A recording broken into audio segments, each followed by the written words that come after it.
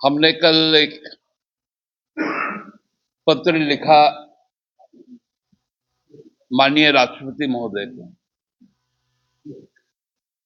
वो पत्र बहुत गंभीर विषय को लेकर था। आप सबको मालूम है कि गुदरी जो ब्लॉक है, जो हाल में उसका गठन हुआ है, पहले वो सोनुआ के साथ था। वो डेंस्ड इलाका है, बहुत घने जंगलों से भरा इलाका है। और झारखंड में जो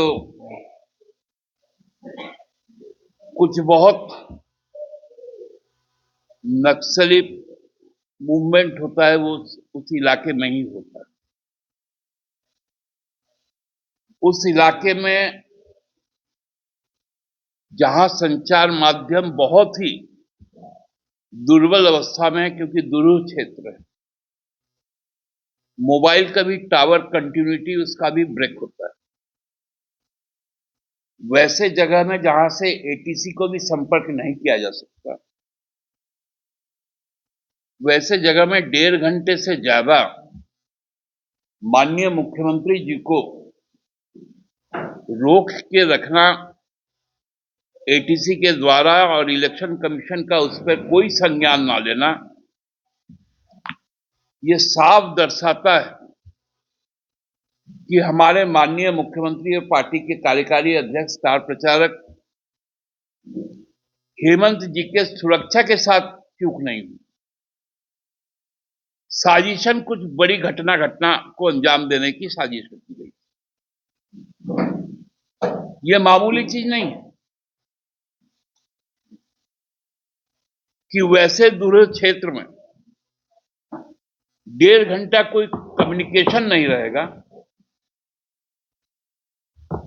और चुनाव आयोग उसका संज्ञान भी नहीं लेगा। हम पहले से कहते थे कि चुनाव आयोग और भारतीय जनता पार्टी में बंटी बबली का रिश्ता है। जब माननीय चुनाव आयोग के सभी अध्यक्ष सहित सभी आयुक्तगण, मुख्य निर्वाचन आयुक्त, यहां के मुख्य निर्वाचन पदाधिकारी के साथ हमारी बैठक हुई थी, उस वक्त भी हम लोगों ने कहा था कि 15 नवंबर तक हमारे यहां पर तमाम तरह के त्योहार पर हो, उसके बाद चुनाव करवाया गया। लेकिन हमारी एक भी बात नहीं मानी गई।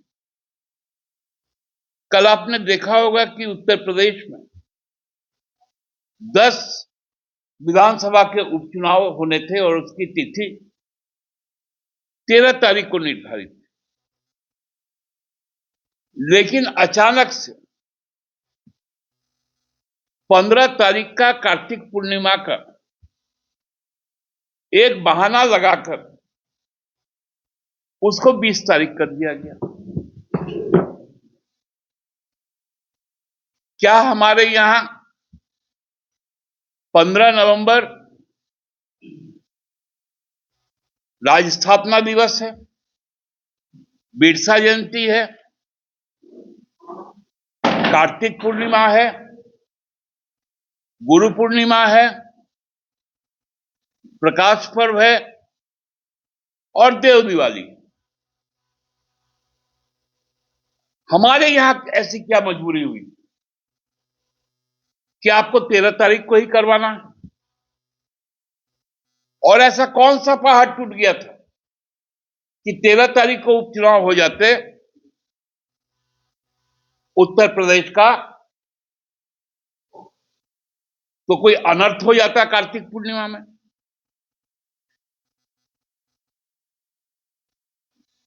आज योगी जी बोलते बोलते बोल गए कि आज यहां यदि हमारी सरकार दोबारा आएगी तो घर घर में शंख और घंटी बजना बंद हो जाएगा। अरे महाराज, बोल रहे थे कि राम मंदिर अयोध्या में बन गया, मैं वहां से आया हूं। भुला गए योगी जी? हम तो परसों ही बोले थे कि गाड़ी के पीछे जैसे लिखा हुआ रहता था ना, सटले तो गेले बेटा, वही आचरितार्थ हो गया। अयोध्या में किसका घंटी बज गया? घंटी तो भाजपा का बज गया। और किसके लिए शंख फूंका गया? वो इंडिया ब्लॉक के सपा के लिए फूंका गया। यही है अयोध्या का फैसला। यही है भगवान श्री राम का न्याय कि राजनीति में यदि धर्म को मिलाओगे तो वो अन्याय बर्दाश्त नहीं। यहां पर भी धर्म को लेकर सीधा सीधी मुसलमान बोलकर भारतीय जनता पार्टी के नेताओं के द्वारा बयान दिए जा रहे हैं। चुनाव आयोग चुप है, खामोश है।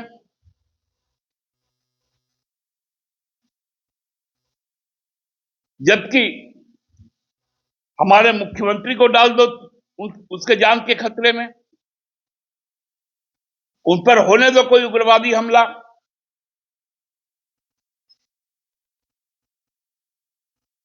बैठा दो जंगल के अंदर में, बोलो प्रधानमंत्री के लिए हम लोग पूरे राज्य को अरेस्ट कर लेंगे, एरियल अरेस्ट करेंगे।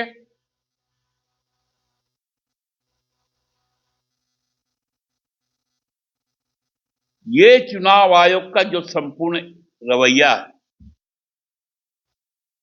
ये गंभीर सवाल पैदा करता है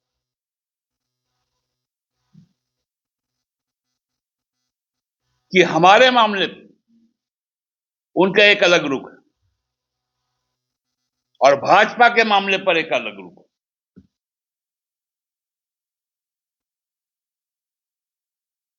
हमारे इतने सिख भाई बहन रहते हैं,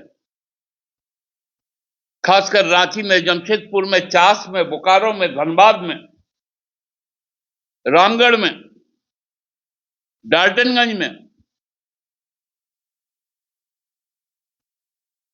उनके पर्व के पूर्व चुनाव हो गया। हिंदुओं के आस्था का पर्व महाछठ आज से नहाए खाए शुरू हो गया। एक बड़ी आबादी आज से चल गया है बिहार, यूपी।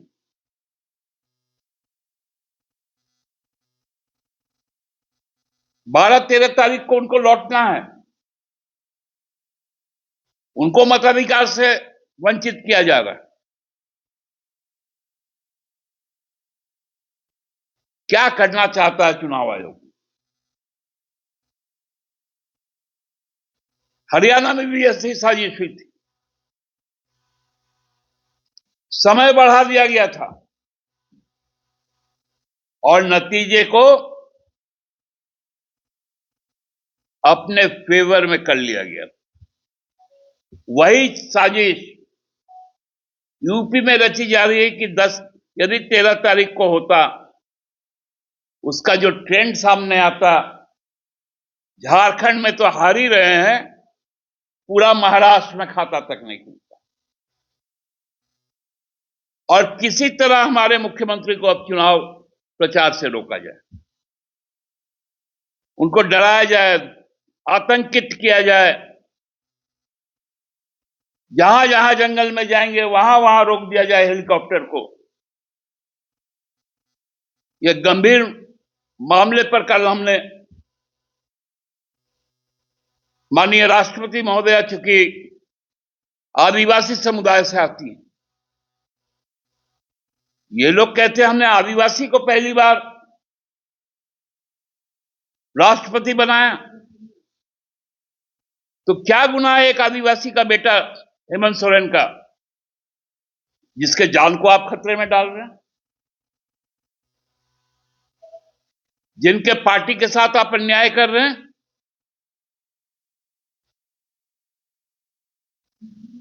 ये गंभीर मुद्दे के लिए आज आपसे बात करनी थी। आप सबको बहुत बहुत धन्यवाद।